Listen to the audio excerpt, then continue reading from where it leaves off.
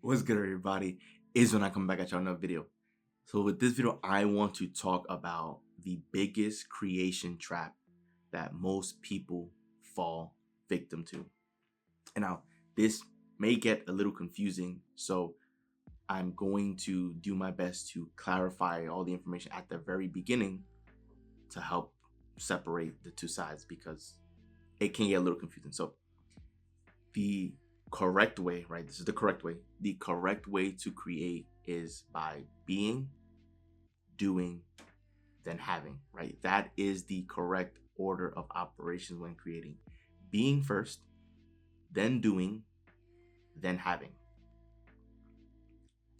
For most people, they fall into the trap of doing this order of operations in reverse order. So this is why many people struggle to create effectively in their lives and begin creating the lives that they want because they do things in reverse order. So for most people, the reverse order that they operate in is the have, they first have, then do, then be, right? So that is the big difference right there. So I'm going to first explain to you the logic of the trap itself, right? We're going to begin with the trap, right? It is having, then doing, then being. This is the incorrect order that most people fall victim to. The reason for this is because people, they first start off their lives, right? They've been conditioned to allow their environment and the facts of their life to dictate everything about them and their lives, right? This is first the having. People will look at the facts of their lives, right? They'll look at their financial situation. They'll look at their level of education or lack thereof, right? Financial situation or lack thereof, their education or their lack thereof, and their set of circumstances. And they'll say, because of my situation and the position that I'm in, I can only do X amount of things, right? So they're already operating from a perspective of lack. This is already a poverty mindset of saying, okay, I already have minimal things in my life. And so there's only so much that I can do. And what they decide to do is based on the facts of their lives. And because of what they have and then what they do, that is how they determine who they are or the person that they become. And this is the incorrect way to function. Now, let me give you an example. Someone can look at their life and the situation and say, I don't have a formal education. And so because I don't have a formal education, say this person never finished high school, right? And they're, an adult. Because they don't have a formal education, they believe that only people without formal educations, all they're good for is ever working a minimum wage job. And so they go out of their way to secure a minimum wage job. And so because they're working a minimum wage job, because they believe that this is all that anyone without an education could ever get, all they ever see themselves as is a minimum wage employee. That's all they see themselves as. That's all they believe that they're good for, that they're not good for anything else in life. You can see how this is problematic because this is the case for many people, that this is how they operate, this is how they function, that they make decisions on their life based on their situation and their circumstances and the facts of their lives. And because of all that, the decision that they make, that is what determines who they are, when that has never been true. The truth is, and the correct creation process is be, do, then have. When you be, it's basically you getting clear in your mind and deciding, who are you? Who do you actually want to be? Who is the person that you want to create, right? And you can use your imagination to create this version of you in your mind, right? If you want to create the wealthy version of you, what does a wealthy version of you look like? How does this person dress? How does this person speak? How does this person walk? How does this person operate? what should this person be doing? What does their day look like, right? How does this person conduct themselves, right? If I use myself as an example, the wealthy version of me, I see myself wearing a tailored suit. I envision myself holding my head up high, operating with supreme confidence. I envision myself walking into rooms and commanding the room. I envision myself, when I speak, other people listen. I envision myself providing value to each and every person I cross paths with and uplifting people. I envision myself having a positive attitude, always smiling, always happy. Why? Because I am supremely confident in myself and my ability, and life is great because I'm great, and everything in my life is already taken care of, and I'm having a blast because I'm loving my life and I'm waking up each and every day excited and being happy. I just created that version of myself, the wealthy version of myself. I created that person in my mind. So because I've created that person in my mind, I can step into that person, because creation exists from the inside out. So anything that I create in my mind, I can hold in my hand. So that version of myself that I've created in my mind, I can tap into that. So because I can tap into that version of myself, that means that that wealthy version of myself exists in this moment right now, right? Kind of crazy to think, but you can create a better version of you, the wealthy version of you, and bring that version of you to the surface, which means that that person has existed this entire time. That version of you has existed this entire time. So you be the person, you become the person. And when you do this exercise, you're not using any constraints. You're not, going by any limitations, right? You're beginning off in a clean slate and just thinking, what does this person look like in my mind? You're not going off of any societal norms or constructs. You're just saying, this is the version of me that I want to be. And you bring that version of that person to the surface. You begin operating like this person. Right? Then, as you become this person, you start doing the things that this person does. You start operating like this person. And as you show up as this person and you operate as this person, you will then have the things and begin receiving the things that this person has. So you effectively begin attracting the things that this person is deserving of. That's how it works. So if we were to use an example, let's just say, for example, someone is working as an entry-level employee somewhere, and their goal, their dream is to one day run the company, be the CEO. You can't expect to work your way up from an entry-level employee to the CEO if you show up as at your entry-level position. If you show up as the entry-level analyst or entry-level position, right? It could be a custodian, it could be an analyst, whatever it is. If you show up with an entry-level mentality, with an entry-level energy,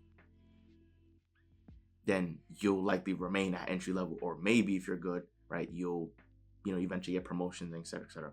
But how do you expect to work your way up as the CEO? Because being CEO has a complete different mentality than it does being at entry level. So logically, the only way for you to actually get to the CEO position is for you to show up with the CEO mindset, with the CEO mentality as an entry level, so that other people can begin recognizing you and seeing you as someone above the position that you're in. So if they see you as an overachiever, as someone who's mentally ahead and wiser and everything ahead of your position, that is how you begin moving up, right? Because you'll be viewed by everyone else as a CEO, right?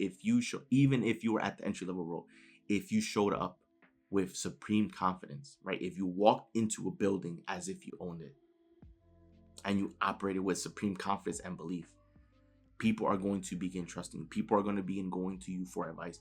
People are going to want to work with you and associate themselves with you. That is the difference. So as you step into that person, as you become the CEO, even if you're at the entry level position right now, if you create the CEO version of yourself in your mind and you showed up as that person, even at the entry level position, the universe will begin rearranging itself and organizing the variables to make that event happen for you, right? If your goal is to one day own a business, $1 billion business, the only way for you to reach $1 billion net worth for the business is for you to show up and treat the business like $1 billion business. Even if at this moment it can be a $10 business. It's like, even if right now you're just selling t-shirts and it's like, print on demand t-shirts, whatever it is. If it's only a $10 or $100 business and that's all you look at it as, a $100 business, it's never going to be $1 billion business because you're only looking at it as a $100 business. So you're treating it as a $100 business. But if even when it's at $100 and you've seen it as $1 billion business, then it will eventually make it to $1 billion business because you will treat it as such. You will operate it as such, and you will take it serious, and you will believe that you are working on the next big thing. And it's only a matter of time for it to happen. That is how it all works.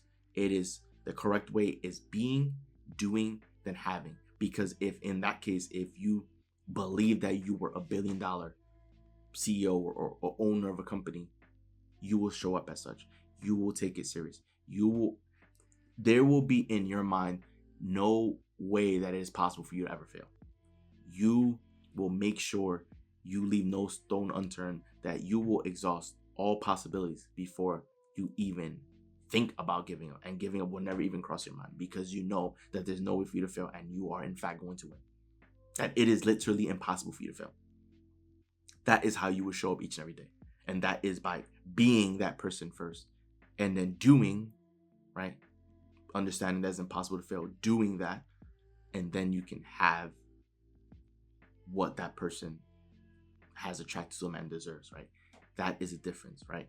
Most people, the reason why they just seem to just get the breadcrumbs in life or seem to just get whatever life throws at them is because they've operated incorrectly. They've used the creation formula incorrectly or backwards, right? They operate by having, doing, then being. So they go off of their situation. They see their situation as fact. They see the situation as a life sentence and say, oh, because I'm in the situation, there's only so much I can do, or there's probably nothing that I can do. And so I'm good for nothing. When the correct way is being, doing, then having. Being is first creating the version of you, the better version of you, the 2.0, 3.0, the growth version of you, the perfected version of you. Creating that version of you first, and then doing what this person would be doing had they been in the position that you envision them. And then if you're doing what that person's doing, then you can receive what that person receives. That is the major difference. So if you ever want to achieve massive levels of success, and I preface this by saying this, the only true measurement of success is happiness. There's no other actual true measurement of success besides happiness. However, for the human way to look at it, if you ever want to achieve massive levels of success in other areas of life, whether it's professional success, financial success, etc., right? You have to first believe in the unseen. You have to create what that future looks like in your imagination and step into that. And you need to have delusional levels of belief in yourself, because that is the only way for you to get there. Because there's going to be people who don't believe in you, right? And it may not be that they don't necessarily believe in you. It may just be that they're projecting their own insecurities onto you because they themselves don't believe that it's possible for them to do it. And so they may not think that you can do it because they don't believe themselves that they can do it, right? So it may just be them projecting their insecurities onto you if they don't think you can do it. Or maybe they just truly believe that you can do it. But so what? Who cares? That's just their opinion, and it doesn't matter. It doesn't have to be your reality. It doesn't have to be your fact, right?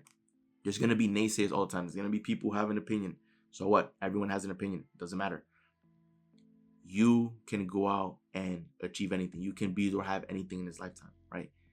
And what you need to understand is in this day and age, right, it's actually not really hard to succeed, because succeeding just requires you to just be consistent, because most people aren't.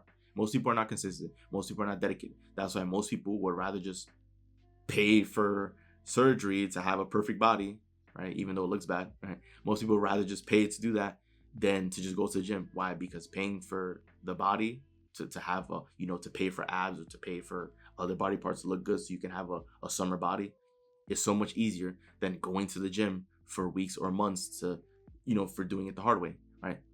Most people, if they had the option of either option, if let's say money wasn't a factor, most people just pay to get their body done rather than going to the gym, right? Like, it's because most people rather just take the easy route.